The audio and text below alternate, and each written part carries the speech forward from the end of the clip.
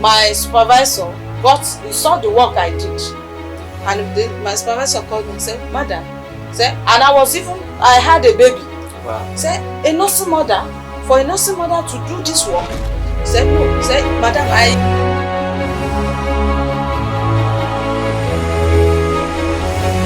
when I come to my husband said, me staying in Ilaje and you going to Gbomosho, who is now the husband?" I said, "You are still the husband. I will be coming during weekend." Say, "Weekend?" Say, "No. You better go and register for your PhD." That was how I went for my PhD. And by the time I went for the PhD, the supervisor told me again, "God will not forgive me." I said, "Come and see it again." He said, "God will not forgive me. What will I do again?" So my husband was saying, "Okay, go for your master's then." I said, "I won't go again." Because I wanted to go 15 years ago. You said I should not go. 15 years. Yes. Wow. You said I should not go. That time I had just a baby. You said I should not go. I said, "I will have become a professor by now." Yeah, of course. So he said, "No." He said, "You can now go." And that was how I went for my master's and PhD. So Wow. It's a very, I thank you for that summary, because I know you are compacting an experience of about over 20 years together in just. Thank you very much for that. And mommy, you said something I wanted to highlight, and I wanted to share much light on. You actually made mention of the fact that someone actually needed to encourage you to go for the. So should we now say that the issues of the university were not well pronounced in those days, that you were not even thinking about the university? Wow. It was not pronounced. You only have few graduates, and to us at that time, we felt that somebody that will go to the university, the parents must have money. Very rich. They must be rich. But this grade 2, in fact, it's the government that was sponsoring. Wow. So that's how they say that Oku grade 2, Ataye grade 2, Owoni. Okay. So the government will sponsor you. When you come out again, they will give you work. Okay. They will employ you as a teacher. So even if you don't have anything. So some of us that came from poor background, the best we could do is let me just go to grade 2. The government will train me, and after the 2 years, and we still employ. So immediately money will start coming in. But thinking of a university, and you go and spend money. Okay, all right. Thank you very much for that. And then another thing I want to ask: what do you think are the roles of our parents, most especially in helping the success of their children academically? The parents have a lot of roles to play. In fact, during our own days, the government combined the roles of parents with their own role. They play everything together. Wow. I know the secondary school I attended, the government was paying. We were not paying. It was free education. Even textbooks, they will give us free. Free. Wow. Even sometimes they will give us one meal in a day, free. In the school? In the school. In this Nigeria? Yes. Okay. In the school.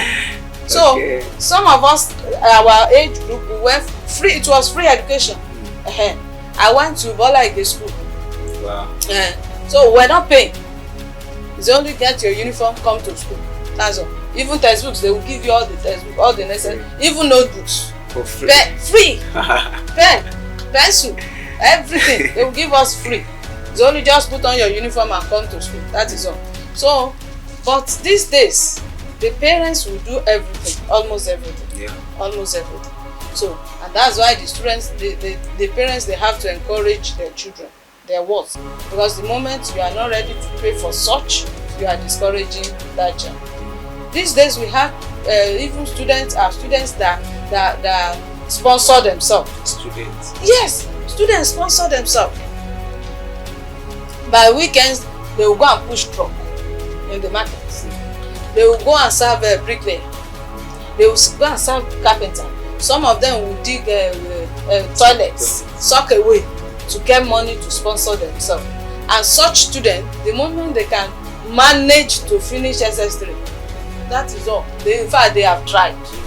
But if parents encourage them, they will be able to put in more.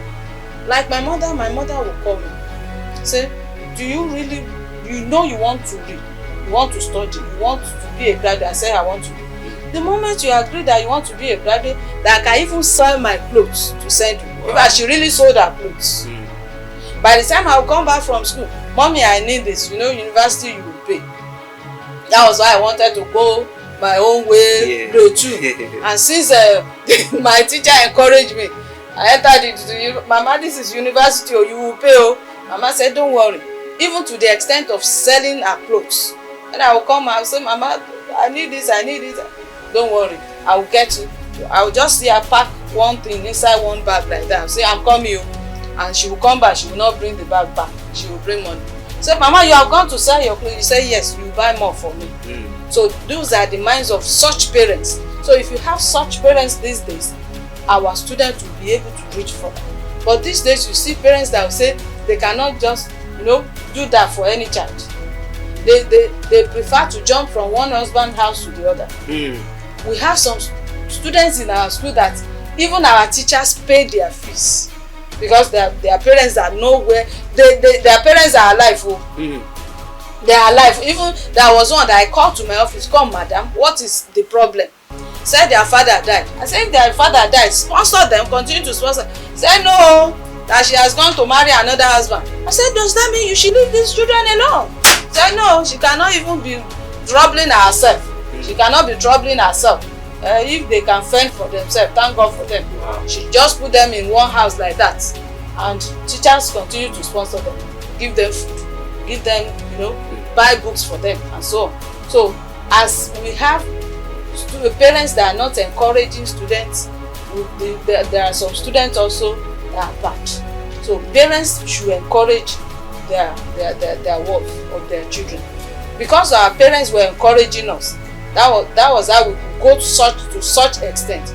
If I wanted to go to the university and my mother said I won't be able to go, there is nothing I could do. But she said, you really want to go? I said yes. She said, you want to go? I said yeah. Don't worry, you will go. In fact, you will go and you will finish. And by the time they give me bills, I'll say, oh, how will my mother get it? But let me just get to her. She will get the money somehow. She will just get the money out for me. And that was how I was able to stay true. Wow. We want to know, what has been the role your husband, what has been the role of your husband in the success of your career? Okay. In a home, the husband will assist, in the development of the husband. The husband also will do the same. Beside a successful man, there must be. It's no more behind. Yes. So my husband is a primate Asogbon Abamile. Yes. And we graduated the same year from the university. We served in the same place. And we met during the service. So we started job the same day. Wow. So we started as teachers. You read education. I read biochemistry. But when I got in and I found myself as a teacher, my husband encouraged me that I should go and do my postgraduate studies in a diploma in education. Because at that time, even up to now, the government does not want anybody that is not a professional teacher in the field. So that was when they started, this thing. And my husband was like, go and do your PhD. Go and do your PhD. I said, don't worry, they will not start. And I said, no, go and do it. They will retrench you. So that I said, oh God, are you the one retrenching? He forced me to go and register for my PhD. And by the time I registered, immediately I registered and I was admitted, I gave birth. I had a baby. Wow. I said, thank God I just gave birth. I will not go again. I escaped through. And I told my husband, I said, since I have a baby, I cannot go. He said, no, you will go. I said, hey, no. Is it compulsory? Is it by force? He said, it's by force. So I had to go and carry my mom. My mom followed me to the school to help me to carry my babies while I went through my postgraduate diploma in education. And I want to thank God for his life that he forced me to do it. Wow. That I had that PhD on time made me to have duty posts I was appointed, you know, a vice principal faster than others. My own appointment was, if I was appointed when I was on level 13. Wow. While we still had level 14, there were class teachers. Wow. I became a vice principal because I had PhD earlier. So, and that has helped my career, you know, in rising up. After some years, I was a vice principal for 10 years. Wow. Before I became a principal. So it was a fast route because I had the professional PhD that. So he really helped me to do that. He encouraged me to do that. Even when I thought I was nursing mother, I won't be able to do it. And all the while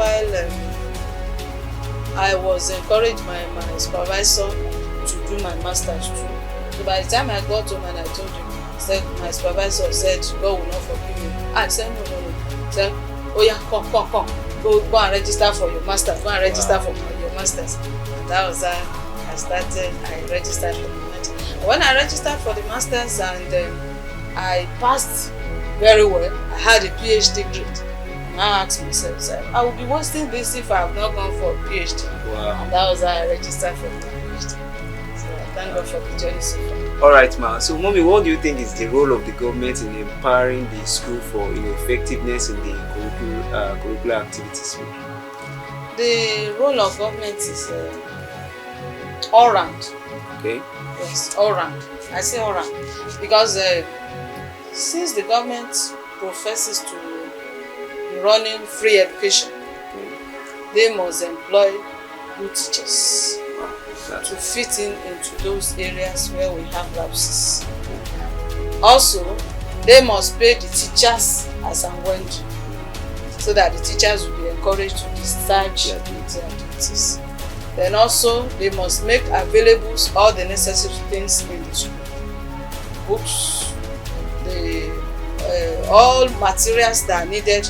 This time of technological development, you must have computers to discharge some of these duties so that it will encourage the students. In most private schools now, they don't use chalk and board again. Yeah. They use a whiteboard marker. They use a system in teaching them. They teach them online. And these are things that will encourage students to learn. Because these students are now more technological than in our days. Of course. While we write and we'll be shaking our hand, our pen, because the one pen will finish on one note. These days they don't want to write again. But make it online, in fact they are good to go. So that they will be able to pick and they will be able to be encouraged to read more. Okay, man. So what's your advice to the fellow teachers out there, man? Okay. I want to advise the fellow teachers out there that they should be more dedicated to their duties. They should be more dedicated to their duties. These days you find out that teachers, they have 2, 3, 4 businesses they do in conjunction with teaching. And you find out that they create more time for their businesses more than this job that has been given to them.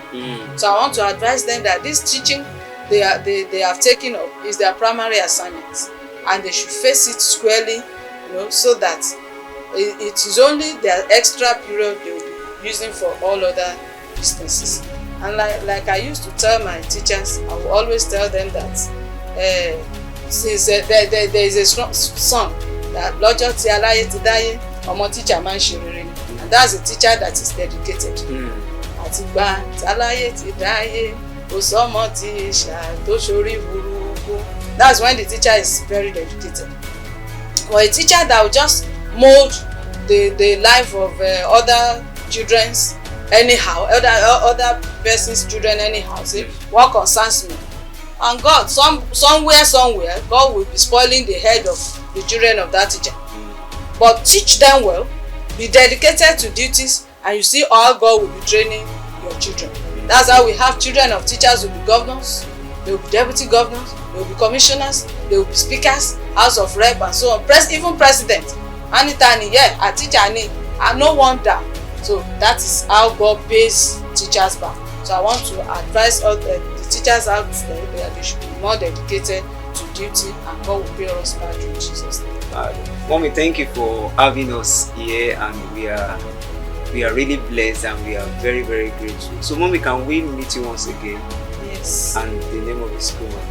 I am Dr. Mrs. Idowu Asogbon, the principal of Methodist High School, Okitipupa, Ondo State, Nigeria.